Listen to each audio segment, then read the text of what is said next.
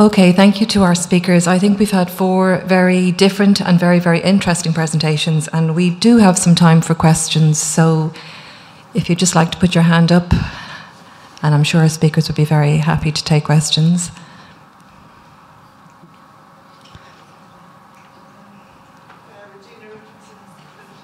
We have a mic, Regina, here.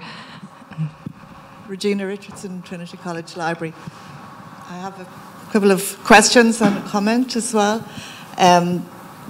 First of all, what it's with regard to the education for special collections librarians. First of all, very practically, what can we do about it, and can we get together and try and move something on? Secondly, I know that the Library Association holds workshops and seminars sometimes, and this is very good, but maybe we can develop this. Thirdly, I myself took an online course with the University of Dundee in managing and understanding and managing rare books, which was very good, absolutely packed full of stuff, but working full time, it was difficult to engage with the extra, let's say, extramural kind of activities as well. And that was thanks to Maynooth University Library, where I was working at the time, who funded this for me. And also thinking, have rare books and special collections librarians who are retired or who may be retiring soon could have a role to play in this. Thank you. Hi, Regina. Thank you. This is working. Hello, you can hear me. First, what can we do about it? Well, I think the schools do need to address this. The people that I spoke to myself personally, I heard a lot of sympathy. I know the Rare Book Group is quite active, and there has been discussions about how to address this. I think my role in this at the moment is to say, I've done some research and I can say this is not adequate and we need to address it. I think the main problem that I see in this issue is that we are underserving our users and that we are damaging our collections by this. I think that we need to realize this. Rare Book Group of the Library Association is quite active.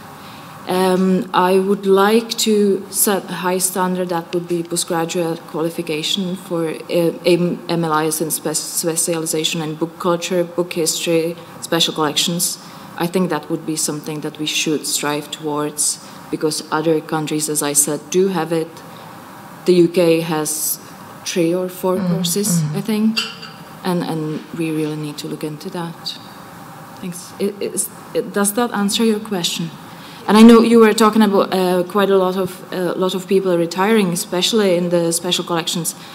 And I remember last year at the conference that people did say, well, I do have a lot of this knowledge, and I would like to share it, but I don't have the platform. And from my experience from the Czech Republic, what we did was that we involved a lot of the special collections librarians that had decades of experience in the education, and I think that a lot of the research was pointing out towards that the lecturers need to be practitioners in this. Thanks. Another question, Michelle. Thanks to the panel. My question is for Sheena, really. There's a conference on in Carlow. The EdTech conference is taking place today and tomorrow. And I wonder, based on your experience in Wales, if you have any advice for the library sector in Ireland in how we can contribute to establishing maybe a digital competency framework in this country, mirroring what exists in Wales. Dear Library Profession of Ireland. Well, what I would say is it's quite fractured in the UK, I would say. With the competency framework, Wales kind of got there ahead of England. They're not actually working together on this, which is very odd. It came kind of from government education side of things in Wales. Whereas in England at the moment, it seems to be coming more from like the business side of things, economic influenced, like the tech skills group, and they are only just kind of finished their consultancy time. And I think with old Brexit looming, I'm not too sure how far ahead that's going to get. Whereas at least in Wales, we felt it was a bit more relevant because it was education pushed rather than, you know, being based purely in economics.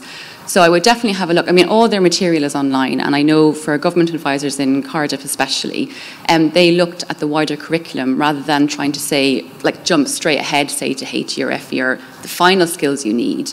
They're taking kind of more a whole of life approach and how they can embed it in quite young age groups and what that actually meant in practice. It's longer and more involved. I think they looked at the kind of the e-safety and kind of digital citizenship stuff that was in America and that they worked on for Southwest Grid for Learning. They did a whole kind of digital citizenship curriculum that they embedded for them. They got the contract. They're actually an English group that was contracted to work in Wales. So to have a look at it from that side, I think is more practically based, and I'm sure there's advisors there, and I would have some contacts I can put you in touch with as well.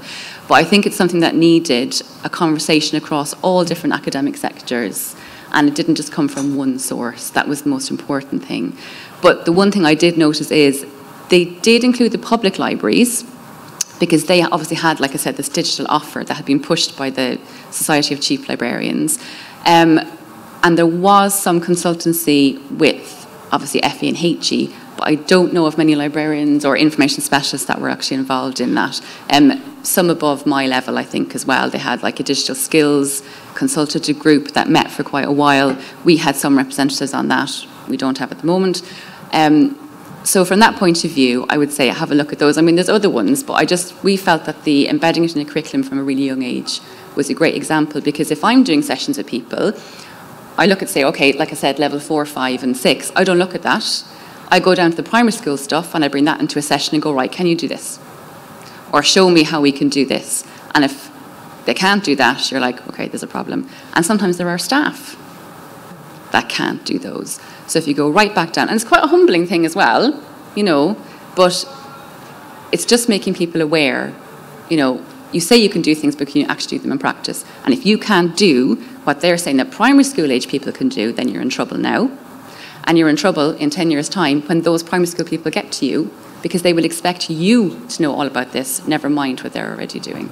So, you know, it's a conversation with the people who are going to be affected by it as well. Does that make sense? Does that answer your question? Okay, I can hear noise and coffee outside, so I think we're going to bring this session to a close. Could I ask you to join me in thanking our 4 speakers for excellent presentations and also a little lesson in Welsh?